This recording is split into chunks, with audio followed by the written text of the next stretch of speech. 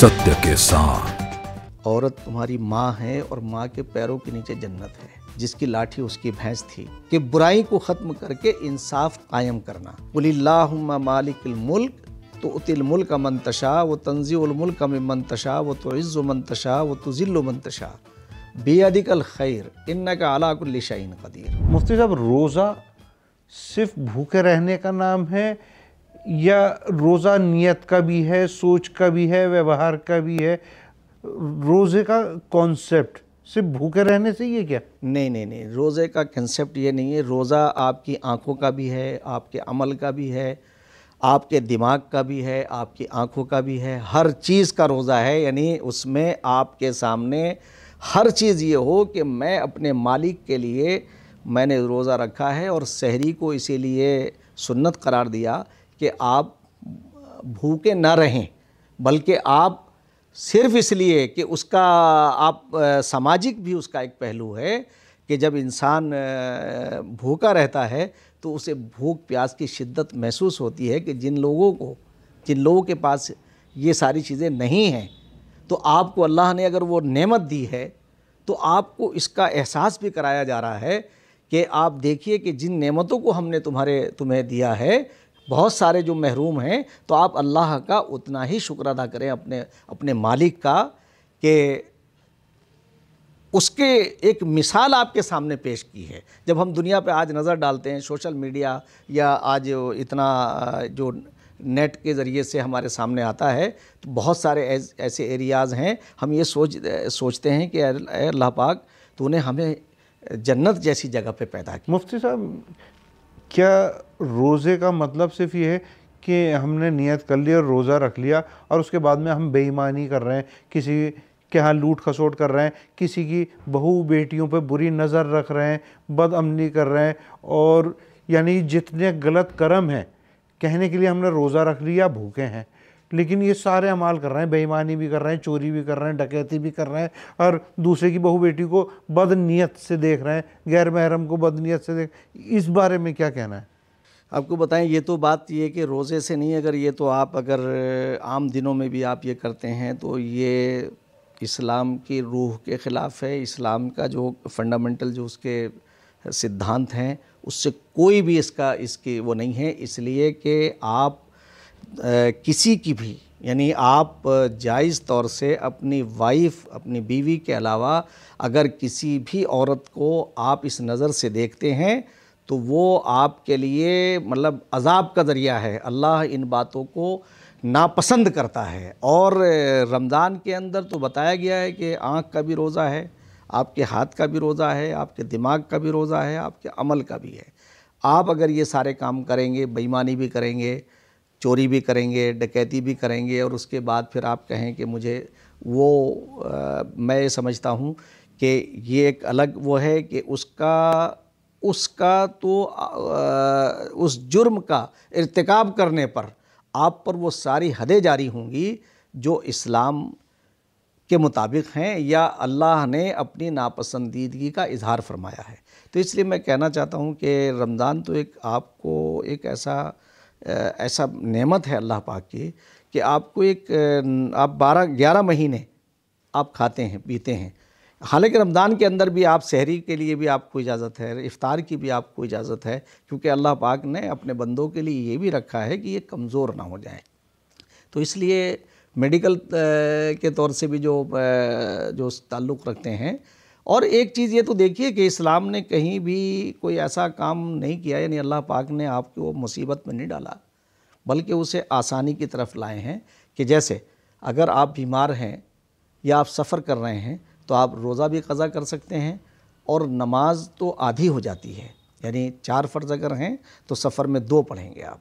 तो ये सरलता की तरफ लाए हैं कि ताकि इंसान नियमित तौर से अपने आप को ठीक करे और मज़हब का पालन करे। तो मज़हब का अगर पालन करेगा तो रोज़ा हो या आम दिन हो, उनमें अगर इंसान अपने आप को, उन सिद्धांतों को अगर वो मानता है और अल्लाह पर उसका यकीन है, तो वो कोई भी ऐसा काम उसे नहीं करना चाहिए जो मखलूक खुदा के लिए तकलीफ़ का बाइस हो। मुफ्ती साहब, एक महत्वपूर्ण सवाल ये, क्योंकि مسلمان جو کہے جاتے ہیں مذہب تو اسلام ہے، مسلمان مذہب ہے، مسلمان کمیونٹی ہے، مسلمان اور اسلام ہے کیا الگ الگ؟ اصل میں دیکھیے اسلام تو ایک ایسا ریلیجن ہے کہ اگر آپ دیکھتے ہیں کہ جب عرب میں حضرت محمد صلی اللہ علیہ وسلم جب آئے تو آنے کے بعد انہوں نے کہا وہاں جس کی لاٹھی اس کی بھینس تھی، تو انہوں نے لوگوں کو کہا کہ بھئی آپ یہ سارے کام چھوڑ دو. تو وہ طاقت کے گھمنڈ میں اتنے چور تھے کہ کوئی بھی انصاف نام کی چیز دنیا میں نہیں تھی. اور اس وقت خاص طور سے اگر آپ دیکھتے ہیں کہ جو عورتوں کا جس کے لیے لوگ ابھی سمجھ نہیں پاتے ہیں یا سمجھا نہیں پا رہے ہیں کہ کتنی اہمیت جو ہے وہ ایز ایک عورت کے ہے، تو اسے سب سے پہلے دنیا میں اگر کسی نے ان کے ادھیکاروں کے لیے آواز اٹھائی ہے تو وہ حضرت محمد صلی اللہ علیہ وسلم ہیں. اور انہوں نے یہ کہا کہ یہ ماں، عورت تمہاری ماں ہے اور ماں کے پیروں کے نیچے جنت ہے. تو رسول پاک صلی اللہ علیہ وسلم کا اگر ایک بھی پہلو ایسا نہیں ہے کہ جو انسانوں کے مفاد سے ٹکراتا ہو. اور یہی نہیں، جتنے بھی پیغمبر آئے ہیں، جتنے بھی اولیاء آئے ہیں، جتنے بھی ریفارمر آئے ہیں، ان سب کا منشا ہی دنیا سے برائی کا خاتمہ رہا ہے کہ برائی کو ختم کر کے انصاف قائم کرنا. اور اگر آپ یہ دیکھتے ہیں کہ میں اور یہ بات کہنا چاہوں گا کہ اللہ پاک یہ کہتے ہیں قرآن پاک کے اندر کہ حکومت دنیا میں ہمارا ہی تو عکس ہے. قل اللہم مالک الملک تؤتی الملک من تشاء وتنزع الملک ممن تشاء وتعز من تشاء وتذل من تشاء بیدک الخیر انک علی کل شیء قدیر تولج اللیل فی النہار وتولج النہار فی اللیل وتخرج الحی من المیت وتخرج المیت من الحی وترزق من یشاء بغیر حساب. اللہ پاک کہتے ہیں حکومت ہماری ہے، ملک ہمارا ہے، ہم جسے چاہتے ہیں اسے ہم یہ عزت دے دیتے ہیں، یہ ہماری طرف سے عطا کی ہوئی ہے. تو میں یہ کہنا چاہوں گا، پھر آگے وہ کہتے ہیں کہ یہ اور ہم اس کے اوپر قادر ہیں، یعنی اس کے اوپر یہ ہمارا ہی ادھیکار ہے. پھر آگے جا کر کے مثال کے طور سے کہتے ہیں کہ اچھا بتاؤ دن کو رات کون کرتا ہے اور رات کو دن کون کرتا ہے؟ ہم مرنے کے یعنی آپ کو جلاتا کون ہے اور مارتا کون ہے؟ پھر جس کے لیے آپ تمام تگ و دو کرتے ہیں، کوشش کرتے ہیں، وہ ترزق من یشاء بغیر حساب، اور ہم ہی تو آپ کو بغیر حساب کتاب کے روزی دیتے ہیں. اب آپ اس پہ میں ایک بات یہ کہنا چاہوں گا، لاجیکل انسان کوشش کرتا ہے، ساری چیزیں کرتا ہے، مگر جو یہ آیا ہے کہ جتنا وقت سے پہلے اور قسمت سے زیادہ ملنے والا نہیں ہے نہیں، تو وہ جسے چاہتا ہے، تو وہ ایسے دنیا کے اندر واقعات ہیں کہ خود رسول پاک صلی اللہ علیہ وسلم سب سے پہلی مثال ہیں کہ ایک غریب گھر کے اندر یتیم کی حیثیت سے پیدا ہوئے اور پوری دنیا میں ایک ایسا ریفارم لائے کہ جہاں مرد و عورت کے فرق کو ختم کیا، جہاں چھوٹے اور بڑے کے فرق کو ختم کیا، جہاں امیر اور غریب کے فرق کو ختم کیا. اور آپ نے کہا کہ نہ تم میں کوئی بڑا ہے نہ کوئی چھوٹا ہے، تم سب آدم کی اولاد ہو اور آدم مٹی سے پیدا کیے گئے ہیں. جیسے رسول پاک صلی اللہ علیہ وسلم نے یہ جو میسیج دیا ہے، اور پھر اس کے بعد جتنے بھی پیغمبر آئے یا ان سے پہلے آئے، ان سب نے اس مالک کائنات کا جس نے بغیر امتیاز کے ہمیں ایک ہی نر و ناری سے پیدا کیا. مفتی صاحب میرا ایک سوال تھا کہ مسلمان اور اسلام کیا کیا ہیں، تھوڑا اسے ڈیفائن کریے. دیکھیے اگر آپ اس کے لغوی معنی میں جائیں گے، مسلمان پورے قرآن کے اندر لفظ مسلمان نہیں بلکہ مسلم ہیں. یہ مسلمان تو سنسکرت سے نکل کر کے آیا، جیسے مس کے معنی کاٹنے کے ہیں. جب کسی کے پہلے آپ نے دیکھا ہوگا ایک زمانے کے اندر جو ہے وہ ختنہ ہوا کرتی تھی، تو لوگ کہتے تھے ارے بھئی فلاں کے جو ہے وہ فلاں کے بیٹے کی آج ختنہ ہوئی ہے، مسلمانی ہوئی ہیں، اسے بولتے تھے مسلمانی. تو مسلم اور مسلمان یہ الگ الگ شبد ہیں. مسلم اگر آپ دیکھیں گے تو جو میں کہتا ہوں کہ سنسار کا جو پہلا علم ہے، جو گیان ہے، وہ وید ہے. तो ऋग्वेद का 10वां मंडल 71वें सूक्त के ऊपर है, एको ब्रह्म द्वितीय नास्ते नेह ना नास्ते किंचन वादहु ला शरीक, वन गॉड विदाउट सेकंड। उसी को गुरु नानक जी ने कहा है, अव्वल अल्लाह नूर उपाए कुदरत के सब बंदे, एक ही नूर से सब जग उपजे, कौन भले कौन मंदे। तो पूरी दुनिया, हम ठंडे और गर्म मुल्कों में रहने के वजह से हमारे रंग काले और गोरे हो सकते हैं, हमारे नफ़े और नुकसान एक हैं।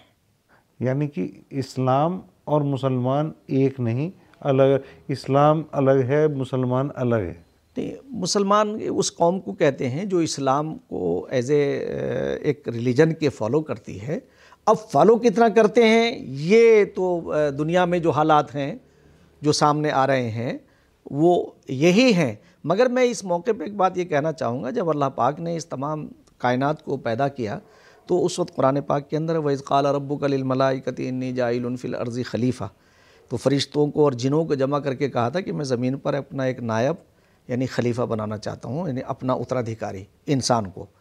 तो फरिश्तों ने उस वक्त कहा कि अरे ये तो दुनिया में जाके झगड़े और फसाद करेगा।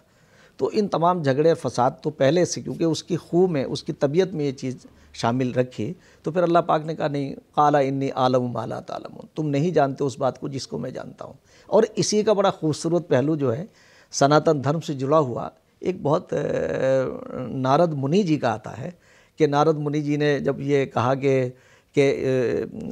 प्रभु आप किससे प्यार करते हैं, स्नेह किससे करते हैं आप, तो उन्होंने ऐसे गर्दन घुमाई और सामने इंसानों का जमघट था कि, तो उन्होंने कहा वाह नारायण नारायण तो मैं करूं और आप मोहब्बत करते हैं इन इंसानों से, ये तो इनकी तो तबीयत इस तरह की है। तो वो इतनी सिमिलरिटी है इन सारी चीज़ों में। मैं आपको ये बता रहा हूँ कि जो लोग अनजाने में लोगों को नुकसान पहुँचा रहे हैं वो अपने ही परिवार को नुकसान पहुँचा रहे हैं। तो जैसे उन्होंने कहा, तो फिर अल्लाह पाक ने यानी ईश्वर ने, प्रभु ने कहा अच्छा एक काम करो नारद, तुम एक काम करो कि ये कटोरा दिया दूध का और ये देखो दोनों लोक में घूम करके आओ और इसकी एक बूंद भी कहीं गिर ना जाए। तो मुझे बड़ा खूबसूरत ये वाक़या आया सलीम साहब। तो वो जाते हैं और जाने के बाद में दोनों लोक में आके कहते हैं प्रभु देखिए मैं दोनों लोक में घूम आया और एक बूंद मैंने गिरने नहीं दी इसकी, यानी भरा हुआ कटोरा था दूध से। तो अब देखिए आप, तो दूध की कितनी अहमियत, मैं वो तो बात किसी और मौके पे बताएंगे, मगर यहाँ ये देखिए तो फिर अल्लाह ईश्वर कहते हैं, यानी ईश्वर कहें अल्लाह कहें, तो प्रभु कहते हैं कि अरे नारायण कुछ तो भूल गए, वो मुनि जी कुछ तो भूल गए, आप भुला दिया उन्हें। ये देखिए आप, तो वो जो दोनों में जो सिमिलरिटी नज़र आती है, तो उन्होंने कहा अरे हो मैं तो नारायण नारायण करना तो भूल ही गया, आपका प्रभु आपका नाम लेना तो भूल ही गया मैं। तो उसे कहा फिर अल्लाह पाक ने, जो कुरान पाक के अंदर ये चीज़ें आई हैं, तो मैं ये समझता हूँ कि जिस दिन इंसानों में कोई हमारे दूध खून के रिश्ते हैं, तो जितने भी मज़हब हैं, जितने भी धर्म हैं, उनमें रोज़ा सबसे ऊपर है और उसकी अहमियत कम नहीं है। चाहे वो उपवास के ज़रिए से हम नवरात्रों में करते हों, चाहे हम जो नौरोज़ जो है वो यहूदी करते हों, या क्रिश्चन जो हैं वो भी रोज़ा रखते हैं, यानी उसे आप अलग अलग नामों से बता सकते हैं। ऐसे ही रोज़ा इस्लाम के अंदर इंसान को बहुत सारी एक अच्छा इंसान बनाने की तरफ एक ये बेहतरीन कदम है कि अगर इसे मुसलमान इसके ऊपर अमल करेगा तो मैं दावे के साथ ये कह सकता हूँ कि जैसे अल्लाह पाक ने फिर कहा कि हमने जो है लाल्लकुम तत्तकून, यानी इसके पूरा एक वो है कि हमने रोज़े तुम पे भी फ़र्ज़ किए और तुमसे पहली जो उम्मतें हैं, जो पहले लोग हैं, उन पे भी हमने फ़र्ज़ किए। तो इसलिए रोज़ा एक ऐसी इबादत है जो इंसान और अल्लाह के बीच की, इसमें किसी के बीच में कोई नहीं है। तो इस्लाम या रमज़ान कोई मुश्किल नहीं है, नीयत साफ़ होनी चाहिए। अगर आपकी नीयत साफ़ है तो आप इबादत भी करेंगे, आप नमाज भी पढ़ेंगे, इंसानियत की खिदमत भी करेंगे। हिंदू, मुस्लिम, सिख, ईसाई ये मज़हब कुछ नहीं, इंसानियत का मज़हब सबसे बड़ा है जिसे इस्लाम संदेश देता है। फ़िलहाल मोहम्मद सलीम सैफ़ी को दीजिए इजाज़त। नमस्कार।